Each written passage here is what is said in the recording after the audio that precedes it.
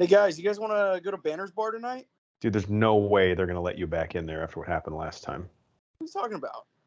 Well, you said Hulk shit and then dropped a big deuce in the middle of the floor. I thought that was at Applebee's. No, there was already poop on the floor when we got to the Applebee's. Yeah, I thought you would know your own shit a little better.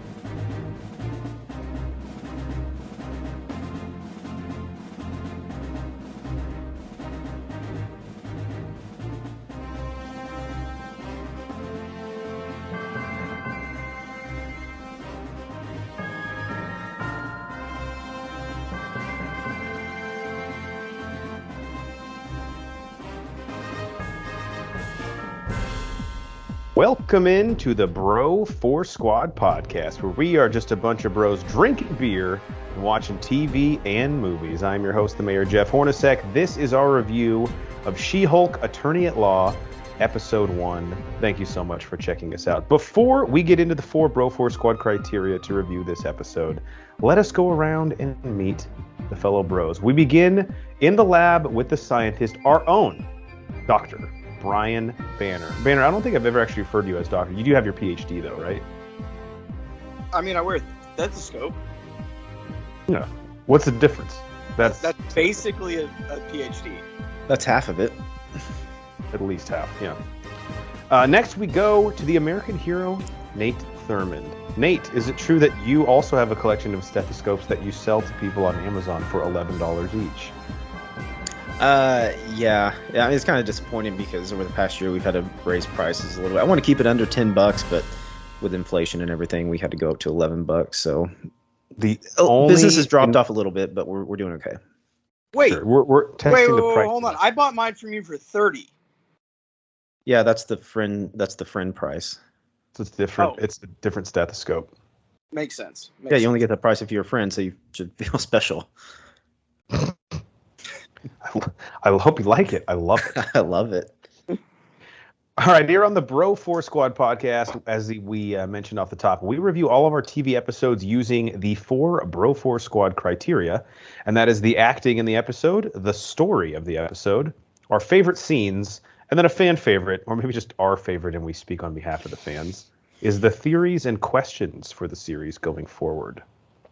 Let us begin right off the top. Of course, the pilot, or I guess first episode of this series. The acting and cast actually had a pretty small collection of characters, at least where we got anything of note from them. But Nate, we'll start with you first. What did you think of the performances and the actors in the first episode of She-Hulk Attorney at Law? Yeah, like you said, it was kind of a small sample size for people who actually got anything to really dig our teeth into. But I mean, is mainly throughout the whole episode, you're just going to be getting Mark Ruffalo and the introduction of Tatiana Maslany. I thought they played off each other well. It is kind of weird, and there's like a trend going on. You especially saw it in Thor: Love and Thunder. They're making everyone just like a comedian, basically. I mean, everyone is cracking jokes all the time. There's always been humor in the Marvel, but it's kind of going more in that direction. I don't know if I wouldn't necessarily say I'm against it. It's just different, like how pointed they're doing this. But it's the one thing I would say, you know, when like you're uncomfortable and like you laugh at something, yeah, right? Even though it might not be funny, it's almost like if Marvel is unsure on how to approach a character or a series, they're just like, we'll just add more jokes and it'll maybe cover up for the fact that we might not, I don't want to say have a lack of direction, but don't really know how to dip the audience's toes into what we're about to show them. Yeah, that's a good way of putting it. And that's a problem. That's a problem. We'll get to that in a second, Banner. But I mean, the biggest person in this that we got introduced to was Tatiana, and I thought she did great. I was a fan of her from I think last year, Perry Mason. She was in that with Michael Reese. She kind of played great, like yeah. Eccentric. It was a very different change of pace playing She-Hulk in a Disney Plus Marvel series, coming from kind of an eccentric religious type in Perry Mason. But I thought she transitioned well. I was a fan of her character and how she was kind of portraying and leaning into the Hulk persona, but there wasn't too much there to really comment, but I liked it. Banner, how about you? Yeah, I thought she did great with what she was given. And Ruffalo, you know what you're going to get with Ruffalo. He's been doing this character long enough that he's not going to change it. But I do have a fucking problem with Smart Hulk. I don't like. Go. I've decided Smart Hulk sucks. I think that the whole allure, maybe this is getting into story or something else. I don't know, but I'm going to talk about it now because it's my do what we want. I think that the biggest thing, at least in my mind, what's so appealing about Bruce Banner and Hulk is that when you have Bruce super smart working on whatever, you always know that this like crazy monster and Hulk is right there on the cusp of trying to get out. And the whole time Bruce is trying to hold that in. Well, now that they're mixed, it's what you don't really have a character anymore, right? There's no tension. Yeah. Yeah. There's nothing compelling about it. Okay, cool. You have a big, smart, green monster, and that's it. And I think that having that character, Smart Hulk, teaching Jennifer Waters how to be a Hulk, it doesn't work. Why doesn't it work? It just because his whole thing is I have to keep Hulk away. I have to keep him suppressed, right? I have to control him. Whereas she doesn't have to do that. And how do you teach that if you aren't doing it yourself? You're not practicing that. Well, I think your point, I get the point you're making. I don't think it's what we saw here. So your point is the whole interesting part of the Hulk is when he's at odds with Banner, right? And it's sort of like the Frankenstein's monster, right? Like the big fear of him is like, we don't want to see him. I think you're right and you're wrong. Banner is not an interesting character anymore now that him and the Hulk are merged. However, because him and the Hulk are merged, he's the perfect character to teach Jennifer Walters how to handle her newfound abilities. Yeah, because he now has. Yeah. Go ahead. So you're right, but you're also not right, if that makes sense. I mean, 50%. That's better than I did in high school, so I'll take it. If that's a batting average, you're in the Hall of Fame. Yeah. Of all time. You're right. I think Hulk is boring as hell as Smart Hulk, as much as I love Ruffalo. But he is the perfect and only person to teach Jennifer Walters how to manage her abilities now that she is Hulk. I suppose. I got off track there. I guess I jumped the gun a little bit. They both did. They both acted great. They did exactly what they needed to do. No qualms at that. Moving on to story. Let's reverse it like 2.5 minutes. Say everything I just said, and we'll pick back up. Okay. I didn't really have anything else to add to acting and cast. I love Mark Ruffalo in the MCU. All my issues are going to be here in story because this, to me, like we have not gotten much Hulk in the MCU since his solo film. I think we can all agree he has been, although he's had some cool moments, in terms of any sort of story, he's really kind of been cast aside. So this, to me, was probably the most screen time we've had of him actually, or at least him being important or having a role of consequence in something. That's telling his own story. Correct. And I mean that more in terms of screen time and bandwidth he's given, because obviously he plays a big role in Endgame, but it really kind of felt like it made more plot sense to have the Hulk do what he did than it did being something that was earned in the movie. All right, let's just move on to story and plot, unless anyone else has anything they want to add. No, not really. Okay. We really only got two people, and one of them we've loved, but we've seen a ton of before. So the story and plot in the premiere episode, according to IMDb, very short synopsis. It says, Jennifer Walters' world is turned upside down after a freak accident leaves her with superpowers. Let me say this. I understand in a series the need, especially at this stage in the Marvel Universe, to just want to get into the meat and potatoes. And I understand Mark Ruffalo probably said, I'll do 2 episodes of this thing. And we can't afford to have the Hulk just because of the expensive CGI in it too much. But to me, especially the first 15 minutes of this thing felt like they just really glossed over some important things to the character here. And it just seems really sloppy and poorly paced, her becoming She-Hulk, especially through the flashback method they told it. Now, I loved all the character stuff and the interaction between Banner and Walters, but I couldn't help feel a little bit cheated, or it almost felt like real. I know it wasn't because it's a 6-episode series, but it felt like it was butchered on the editing room floor. The way that they just kind of speed through her whole origin, like it seems like really clumsy. That like the blood accidentally drips into her. In the comics, it's a blood transfusion to save her life. In this, it's like, whoops, I tripped and fell as I was pulling you out of the car, and now I'm a She-Hulk. And I felt felt the weird. same way. Like it was just so storybooked and like you could tell exactly where. Oh, hey, be careful! I'm bleeding. Oh, okay, well, I see what's gonna happen here. Okay, cool. That's how you're gonna get her to be a Hulk. It was a bit hokey. It was weird. And I'll get into this in theories and questions, but like the Sicarian ship just like randomly showing up in the street and then not being talked about again in the pilot episode, and that's really the entire catalyst that she becomes She-Hulk. I was like, really? Now, granted, I love the other character stuff so much that I was able to look past some of that, but thinking about it after I saw the episode, it kind of bothered me more than I realized at the time. Brian, what did you think? I'm sorry, Nate. Oh no, I was just gonna say I'm sure something will be explained about that later, and if there isn't, that will put a huge hole in the series for me. But anyways, go ahead, baby. Right. Okay, here's something that I just thought of.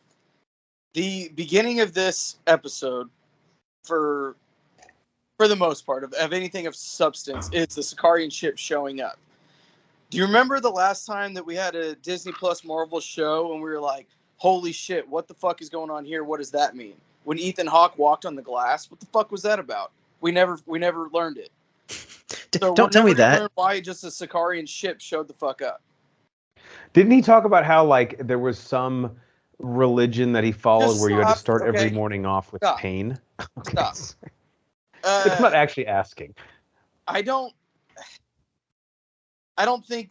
I know that you have to explain how she became She-Hulk, and you have to explain how she got back into the courtroom at the beginning of the show in the flashback way. And sure, Hulk is probably, or Bruce is probably the best person to teach her how to be that. But the like, I'm better than you sister rivalry thing that they had going on was fun, and then it became not fun. Because there was too much of it, or you felt like it was just thrown in our face. Like, I don't know. It didn't feel like he was really teaching her. It was like, oh yeah, I just know how to do all this stuff. I don't know why it took you 15 years to figure it out. I will say the emotional threads they pulled on, like everything that Banner dealt with during the snap and him losing Tony, and loved it. I mean, that was all earned and I thought done really, really well. So to me, that was important. I don't know if it really served Jennifer Walter's story at all. Like, I don't know if she really necessarily learned anything from it, but it was cool for us as fans to see that. I liked the Sicarian thing. I'll get into in theories and questions at the end. So, and like Nate said, it will probably come into play later, but right now, all we have of the story, it feels weird, but yeah, I would imagine it's something that we'll address. Although I'll just ask you guys this, and if this is a theory in question, then I guess we'll just say it now. But how much more Ruffalo / Smart Hulk do you think we will get in this show? I think he'll show up again at the end, but I don't think he's actually going to have anything to do with this plot outside of teaching her how to be She-Hulk. No more than 10 minutes of screen time. So I think Horns, you said this earlier. This is 6 episodes. Is that what it is? I'm seeing on IMDb that they're listed at 9. Okay, maybe it's 9 then. I was just assuming because most of them have been 6, but that would make sense. I'll still stick with he only shows up in one more episode. And they may have it wrong on here, but it shows him as listed in all 9 episodes. I don't know how accurate that is. Yeah. That'd be fucking awesome.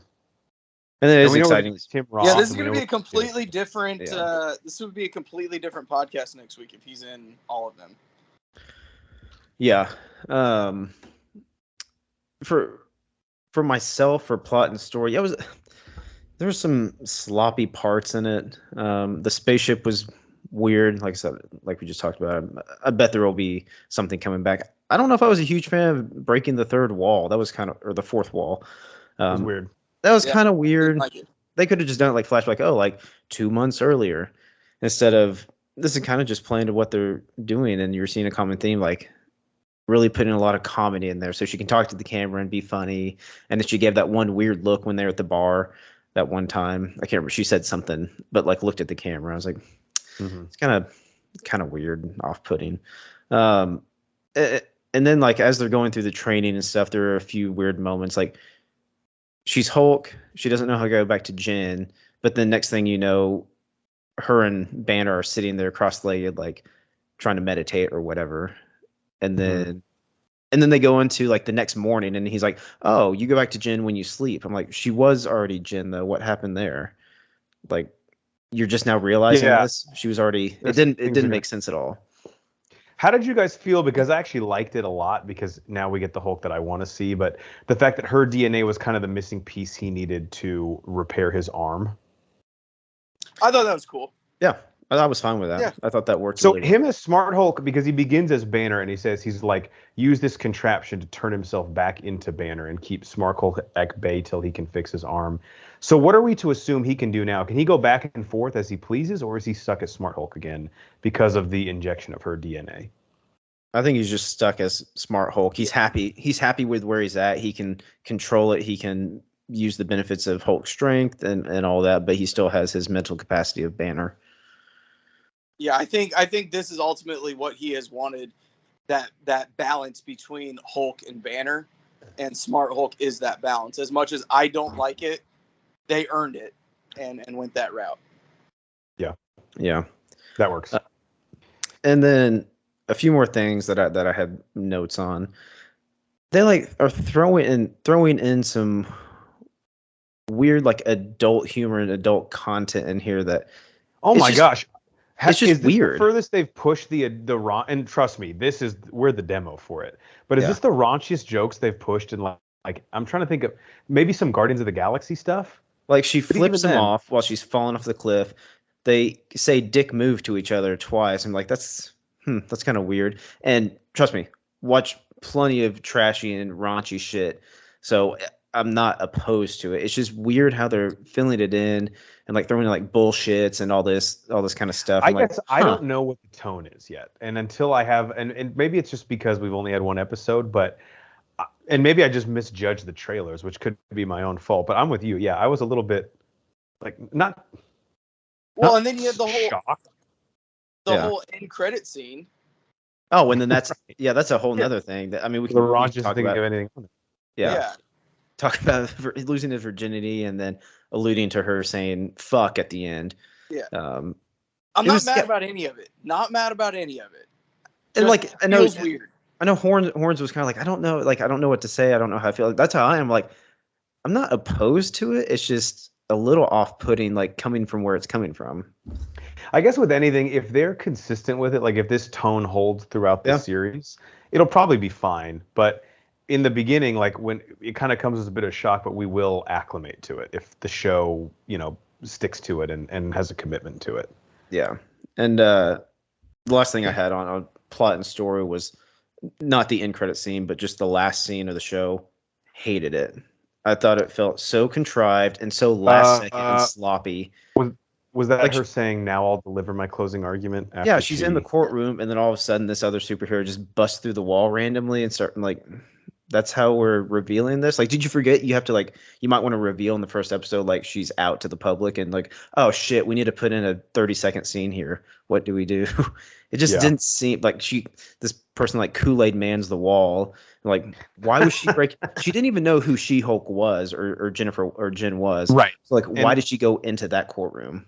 And Jamila Jamil as Titania, when she was cast, I was like, really? I think she's like a fucking rapper or something.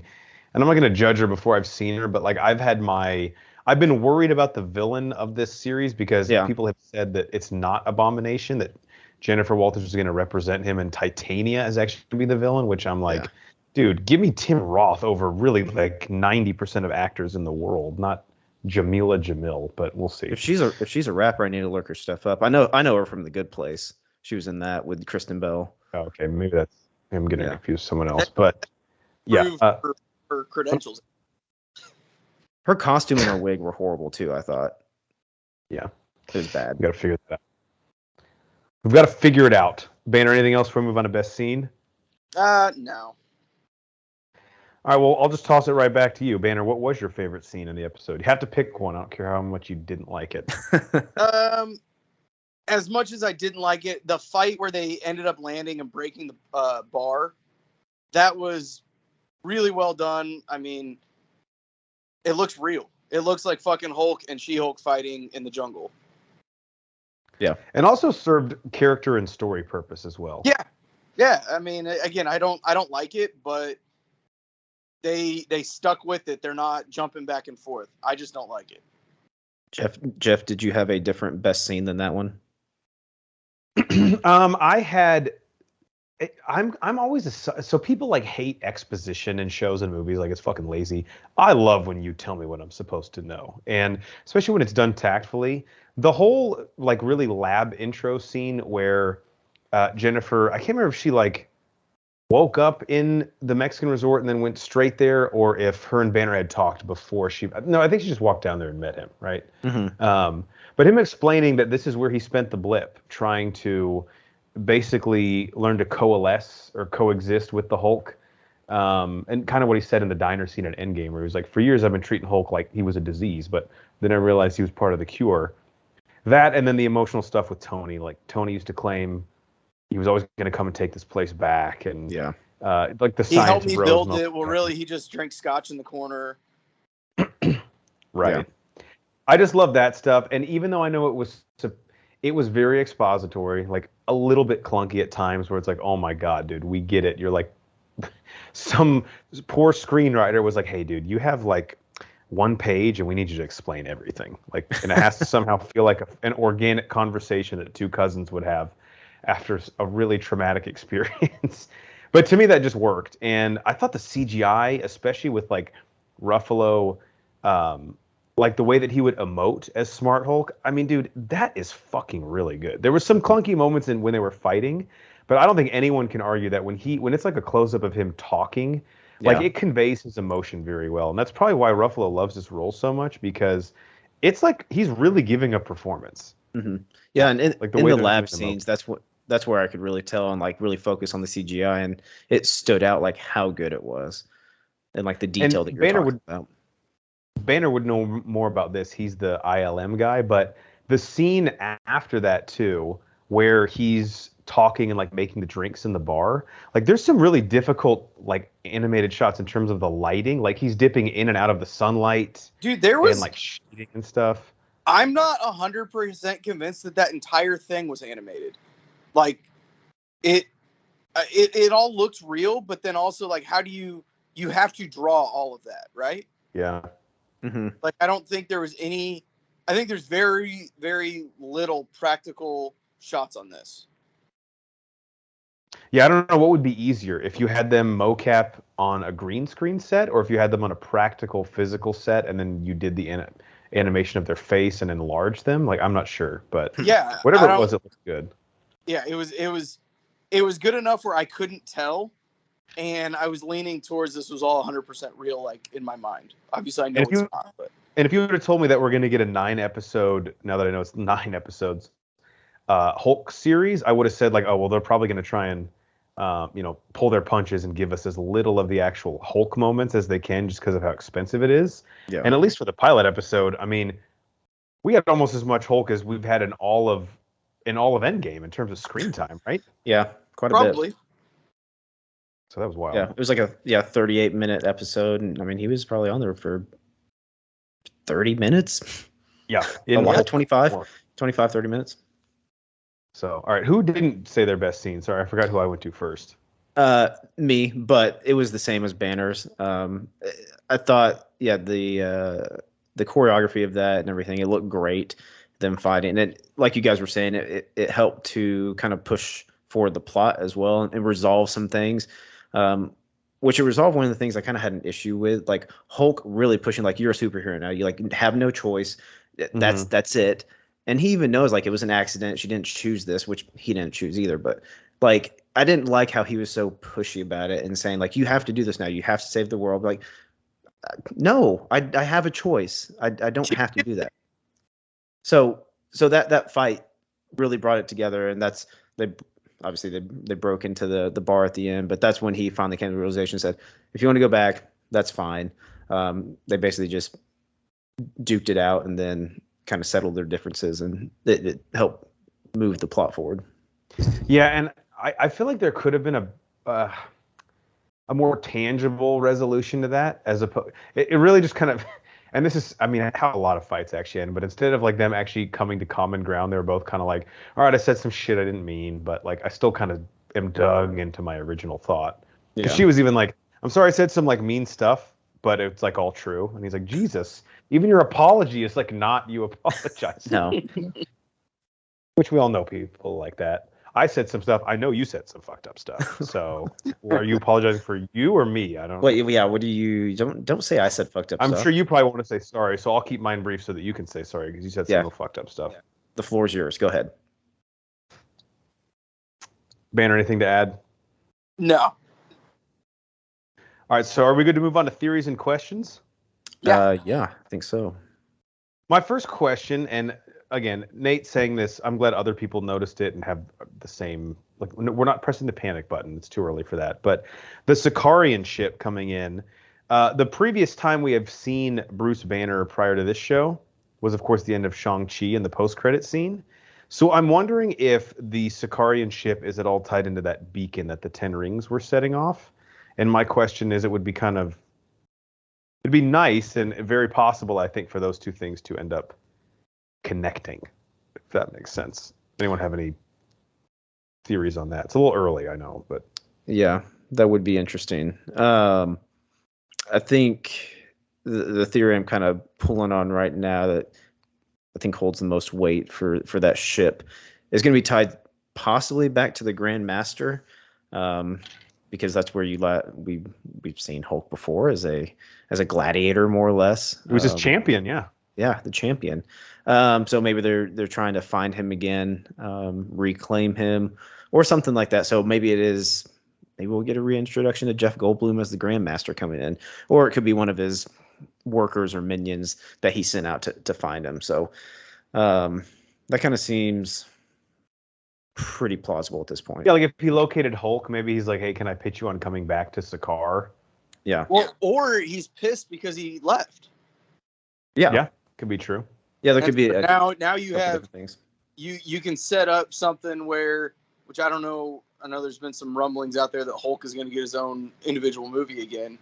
But yeah, I think Universal loses the rights in November of this year. Okay, is what I had read. Yeah. So if that happens, you have right there. Now you have your conflict in his standalone movie. You're just setting the seed now, which I don't know if I'd be okay with. Could we? Banner, would we do a World War Hulk or like a Planet Hulk? They already kind of did Planet Hulk in Ragnarok. Yeah. Oh, geez. How dare you? That was a real sneeze. That was a rare on-pod sneeze. We don't get many of those. Yeah. No, it came out of nowhere.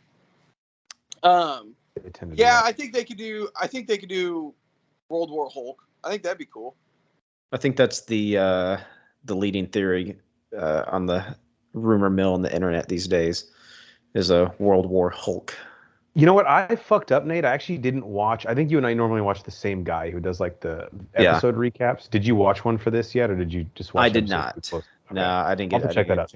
Yeah, to watch that. But going off of that, I'll just throw this other theory out there that's kind of on the rumor mill as well. It could be Hulk's son piloting the ship. I guess his name is Scott or something like that. Yeah. But Hulk is in like when he was Hulk, he impregnated a chick. Yeah, and in the comic books, there's a whole story behind that. But being Hulk's son being on the ship also plays into the whole World War Hulk movie theory. So there's a lot of weight behind that one. So a lot of people pushing for that. Very interesting. Yeah. Banner, how about you? We'll do round robin because I have like two more. I just want to know what the main conflict of this show is. I mean, so is it the Sicarian ship? Is that what we should be paying attention to? Or is it the superhero at the end or villain at the end that just attacks a random ass courtroom for no apparent reason? Yeah. So what I got from the trailers We know Wong shows up with Tim Roth and Abomination, and Jennifer Walters. I don't know what the conflict is, but she is voluntold that she has to represent Emil Blonsky in some court case, and obviously she has conflict with him and her brothers. Well, and that doesn't make, and you got to explain something too, because she's a prosecutor right now, and then she's going to turn to a defense lawyer. So in the trailer for the show, there is a superhero legal team that's getting, or legal practice that's getting formed, and because she walks the line of both lawyer and superhero, she is poached by them or headhunted by them to represent superheroes or supervillains, I guess. I have a theory that kind of ties into this, but I don't want to interrupt whatever the thought process you were going on. No, there wasn't one. Okay, so can I go next, or did anyone have anything? Go for it. Okay, so I think this is going to have huge implications to the Thunderbolts, which we're getting the cast announced at D23 on September 10th for that movie. I still believe the team will be Winter Soldier, Yelena Belova, U.S. Agent, and the Abomination. And I think part of this series, we know that Wong is working with Emil Blonsky as Abomination from Shang-Chi. I think they will it's a group of anti-heroes, of course, the Thunderbolts. And I think part of this will be, as part of Emil Blonsky's sentence, or I guess his rehabilitation in the show, they will ask him to work for the Thunderbolts team at the end of the series. Conveniently on like September 9th. Well, no, I think they'll announce the cast before we have that resolution. That will only be like episode 4 of the show. Yeah, something like that. Look, guys, Baby Yoda healed people like 3 days before Rise of Skywalker came out, so nothing is off the table. Yeah. That is true. God, that was a fucking mess. Banner's never gonna get over that, and I don't blame I'm you not at all. And I love Grogu. I love the Mandalorian. I think it's all great. I can't, like, it's so unearned. I picture Banner in theaters when Rey healed someone. He goes, "Oh yeah, why not? Because we fucking learned about this 3 days ago. Star Wars is only 60 years old." You can ask Cycly. Me and Cycly watched it together, and I go, "Are we really doing this? We figured this out literally like 2 days ago." It's a direct quote. Just trying to stay consistent. We wanted to use it. Yeah, we just wanted to use it right away. So yeah, the Thunderbolts tie-in was my other thing, and I love how we're getting Wong in this. There's people who joke online like this is now the Wong cinematic universe because he's like the new Coulson, right? He's like connecting everything. Yeah, and Benedict and Coulson are like the same person in a great way. I love it. Benedict Wong had a really cool quote. I can't remember where I saw that. So I think it was on like THR. They were like, "How many times do you return to pay Wong?" He's like, "To play Wong," and he goes, "If they keep paying the way they do, I will come back as many times as they want." He probably made like $50,000 for like an hour and a half of work. It's like, yeah, bro, yeah. I'm good. I'm up. All right, Nate, what do you got? I think my overarching question, just for the whole show, is, what direction are we going here? I don't. And just like as far as, or in terms of plot, tonally, like not the plot. I'm gonna be patient, see how that plays out. But tonally, just like we talked about earlier, like obviously throwing in some comedy, throwing in some more adult humor and things. But I just don't know tonally like what they're trying to be. So hopefully within a couple episodes we'll kind of get that hammered out. But right now it's just kind of put me in a weird spot, not sure what they're trying to do here. And I think it's throwing us for a bit of a loop because it is like, I'm trying to think of the most levity or humor we've had in a Disney Plus show so far. Like, what has been the funniest, quote unquote? Hawkeye, maybe? Probably.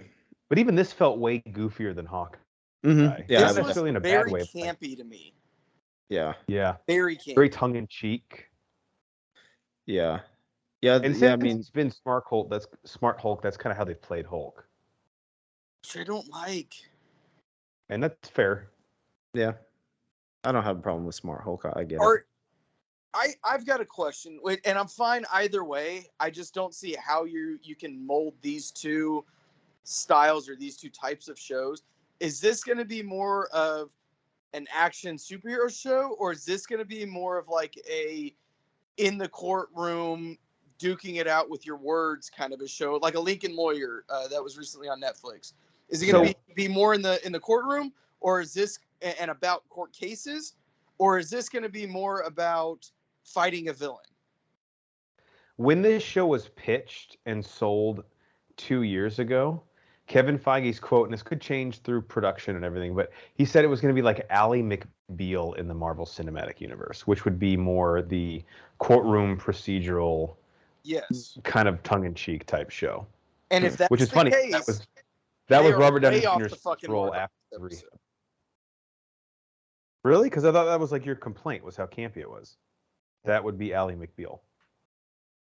No, not in the courtroom. Like, not, I don't know. Just move on. Well, hold on. I missed what you said. Are you mad? So you're mad that they weren't, not mad. Your complaint was they weren't in the courtroom enough in the first episode?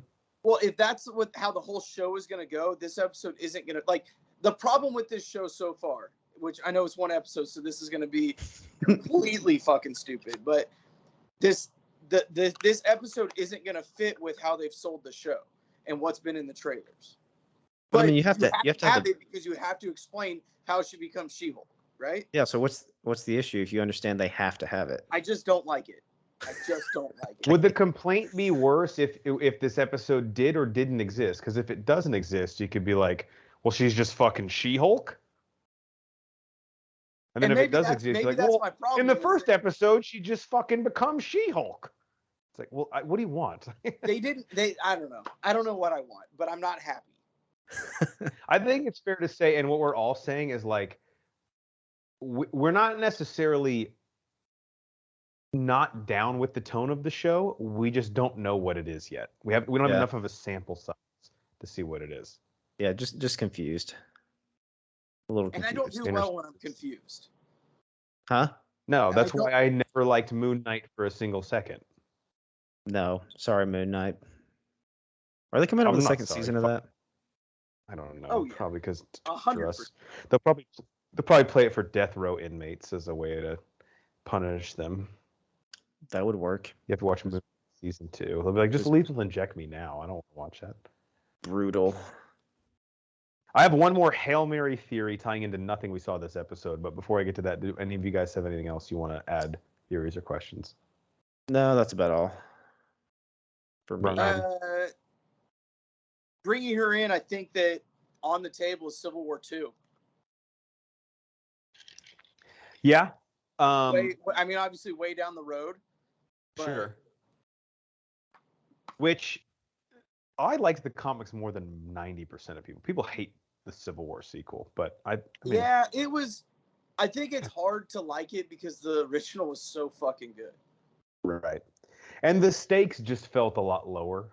Sure. Because a lot of it was taking place like actually in a courtroom. It's basically Matt Murdock versus Jennifer Walters, who of course we're going to get him later. Excited for that, but my only other theory, and this is just a feeling that I have because there's also a rumor this character will be physically in Black Panther Wakanda Forever, but I think we will get a mention or possibly even, I don't think he'll be seen, but could be a part of the plot here, a mention of Victor Von Doom in this series. And there was actually a rumor, Nate, you'll be interested to hear this especially. It's kind of been shot down now, but that Jason Segel had been cast to play Ben Grimm, the Thing, in this series. Oh, wow. Which I would hate, even though I love Jason Segel, but that is a terrible fit. We are getting the Fantastic Four cast at D23, so that same weekend, September 10th. So we'll see. So what you were saying, you think we get a mention of Victor Von Doom? Yes, I believe. Again, it's nice because as far as like MCU Easter eggs, if there's all these litigious situations involving superheroes, like they could mention like, yeah, well, this guy's on the Victor Von Doom case, and like they can just fucking throw out heroes' names, and it'd be a really cool way to just let us know that they exist in the MCU without actually like having to follow through on anything. Yeah, that'd be a cool little Easter egg. And I'm sure they could mention some other guys, like I don't know, maybe Yeah, Charles Xavier wants a grant for some school he's trying to start or something. and we don't ever have to see him. Yeah. That would be cool. Or let's see him. I'm fine with that too. Or let's see him. Giancarlo Esposito has already campaigned for the role, so of The Boys and Mandalorian and Better Call Saul. That would be. I love that. I think that'd be a great fit. I'd love that too. Be totally game for it. Bring it on. All right. Before we let the people go for episode 1, any final thoughts? Banner, Banner, I feel bad for you because I feel like emotionally, like you want to like this so bad, it's not clicking yet for you, and you're like Anakin. You're conflicted right now. Oh, I am. Yeah, for sure. I want to like it, but something is telling me like just stop trying to want to like it because I'm not going to. But it's too soon. It's too early. You know, I have faith in the MCU, but they are waning a little bit. I don't know if it's just superhero fatigue. I don't know if they're just biting off more than they can chew. You know, back in the early days of the MCU, everything was very thought out and very planned out. You know, this doesn't seem very thought out and very planned out. And maybe that was just this one episode. They had to get it out of the way to get that, the things that we have to know in there. And it's going to be smooth sailing from here. Yeah, I think it is a bit of oversaturation. And coming from me, I'm the biggest MCU stan that exists. So for me to say that, it's coming from a place of, like, hurts to say, but it's probably true. Yeah. Nate, how about you? Closing thoughts? Yeah, it's kind of confusing. Just as sloppy as it kind of seemed in some spots, and rushed when we're seemingly, according to IMDb and what's out there, we're getting more episodes than a lot of other series got. So like, we have time. Take your time, guys. You know, you don't have to put in a rushed way of her getting to be She-Hulk, his blood dripping in from a random cut, and then especially if Ruffalo is actually in 9 episodes, then my whole theory is completely out the fucking window, because I would just assume that it was like an availability thing for him. But if that's not the case, then I have no defense. And even as I'm kind of confused about the tone of the show, I still liked it. It was fun. It was very entertaining, and I can take that away from it. So I trust at the end of this series, I will come out liking it more than I do right now. Well, let me ask this, and this will be a good one, I guess, revisit next week. But real quick, so if the tone is consistent with the way it was this show, and it's like an Ally McBeal courtroom procedural sort of tongue-in-cheek type series, will you like that? Like, was the only issue here, like, we don't really know what the established tone is, or do we think we're going to have issues if that's what the tone is? Banner, you can go first. I would be completely fine with it. The problem is nothing was established, I think. Sure. And like I said earlier, I would be fine if it's more serious or more superhero-y, or if it's more campy Ally McBeal. I loved Ally McBeal. I think it was a great show back in the day. If you haven't seen it, it's worth a visit. So I'm fine with that. They just need to establish something. Sure. Nate, how about you? Yeah, I agree. If they kind of clamp down and go in one direction, I can be fine with that. So we'll just have to wait and see for the coming episodes. Commit to it, you know? Yeah. Is the point. All right. For the American hero, Nate Thurmond, and the mad scientist, Brian Banner, I'm the mayor, Jeff Hornacek, and this is the Bro Force Squad podcast. Thank you guys for checking out our review of She-Hulk Attorney at Law Episode 1. We'll be here for the rest of the series. Look forward to joining you guys for it.